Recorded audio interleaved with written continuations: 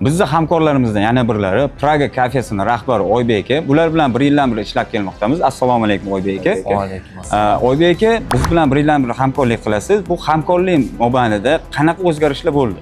O'zgarishlar juda yaxshi bo'ldi. Hop, tovarlarimiz более качественный kelishni boshladi. Keyin biz как yangi restorator bo'lganimiz uchun biz oldindan объем рассчитывать qila olmaymiz. Shunga по факту zakaz qilishga to'g'ri kelib qoladi.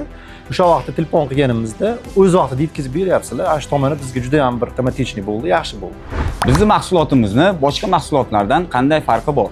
Hop, sizlarning farqini shundaki, birinchi o'rinda mahsulotlaringizning sifati juda ham yaxshi. Ikkinchi o'rinda servis. Tez olib kelib berishingni ana shu tomonlama yaxshi. Uchinchidan buxgalterskiy расчёtlar. Bizning mahsulotimizni boshqalarga ham tavsiya qilgan bo'larmidingiz? Albatta tavsiya qilib qolardim ko'pchilikka, chunki bunaqa bir такой современный fast food sohasida именно juda ham bir ko'p облегчениyalar bo'lyapti sizlar tomonidan. Men tavsiya qilib qolardim. Sizga ham mana shunday sifatli yarim tayyor go'sht mahsulotlari kerakmi? Albatta, donachi bilan aloqaga chiqing.